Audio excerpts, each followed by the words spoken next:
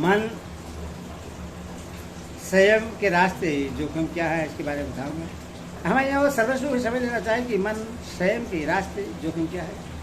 मन के ही असंयम के फलस्वरूप व्यक्ति के जीवन में सर्वाधिक बुरा परिणाम जो हो सकता है वह है मानसिक विकृति। समष्टिगत रूप से देखें तो मन का असंयम एक समूची सभ्यता की पतन का कारण हो सकता है, फिर भले वह कितनी ही प्रगतिशील क्यों न दिखती हो। इसी के अतिरिक्त कई ऐसे कुछ कम दुर्भाग्यपूर्ण बातें हो सकती हैं जो प्रत्यक्ष या अप्रत्यक्ष रूप से मन के असंयम से उजरती हो। मन का असंयम व्यक्तित्व के पूर्ण विकास में विशेष रूप से बाधक होता है।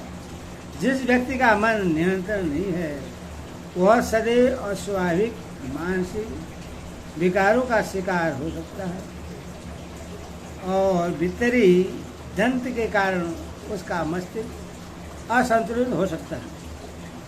अत्यंत अनुकूल परिस्थितियों में भी वह अपनी संभावनाओं को नहीं पहचान पाएगा और न अपेक्षाओं की ही पूर्ति कर पाएगा। जिससे अपने मन पर नियंत्रण नहीं, उससे मन की शांति नहीं मिल सकती। जिससे मन की शांति नहीं, उससे सुख कैसे मिल सकता है। यह तो वासनाओं, भावनाओं, तनावों का शिकार होकर संभव है। साध्य मानसिक रोगों से आक्रांत तो हो जाए अथवा एक अपराधी बन जाए। यदि वह एक परिवार का मुख्य है तो परिवार में अनुशासनहीनता, अव्यवस्था, दुराचार और दुखद और मानवीय संबंधों से व्याप जाना संभव है, जिसके फलस्वरूप परिवार दुर्भाग्य का शिकार बन सकता है। बंगला में एक कहावत है, गुरु कृष्ण वैष्णव तीन की दया हुई, एक की दया बिना जीव की दुर्गति हुई। यह एक है अपना मन। मन की दया होने का मतलब है उसका पकड़ में आ जाना। लाभ की दृष्टि से मनोनिग्रह के द्वारा जो उच्चतम फल प्राप्ति हो सकती है वह है आध्यात्मिक ज्ञान। इसके अलावा मन स्वयं से प्राप्त होने वाले छोटे छोटे लाभ तो बहुत से हैं। नियंत्रित मन को सहज ही एकाग्र किया जा सकता है। मन की एकाग्रता से ज्ञान उपलब्ध होता है और ज्ञान ही शक्ति है। मनोनिग्रह का एक शर्त स्फूर्त फल है व्यक्ति की पूर्णता। ऐसा पूर्ण व्यक्ति प्रतिकूल परिस्थितियों में भी सफल होता है। मन का नियमन एवं निश्चलता बनता है और चंचलता का अभाव मन में शांति को जन्म देता है। मन की शांति सुख को उत्पन्न करती है। एक सुखी व्यक्ति दूसरे को भी सुखी बनाता है। उसके कार्य की गुणवत्ता क्रमशः बढ़ती ही जाती है और वह स्वाभाविक रूप से बहुधा अक्षय उन्नति का भागी होता है। ऐसी बात नहीं कि ऐसे व्यक्ति को जीवन में परीक्षा की घड़ियों में से नहीं जाना पड़ता। बात यह है कि ऐसी घड़ियों का सामना करने की शक्ति और साहस का उसमें कभी अभाव नहीं होता।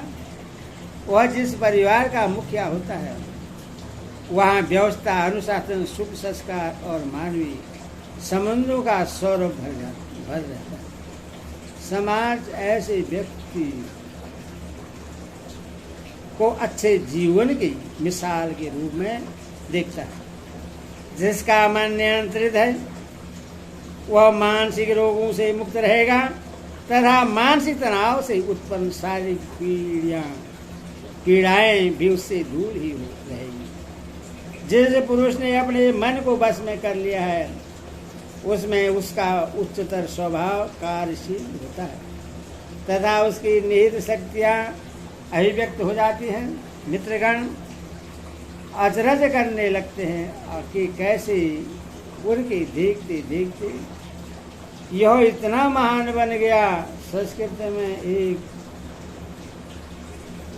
सुभाषित है जो कहता है संसार को कौन जीतता है, वही जो अपने मन को जीतता है। मनोनिग्रह के बिना किसी भी क्षेत्र में मनुष्य को न तो स्थायी उन्नति प्राप्त होती है और न स्मृति या शांति।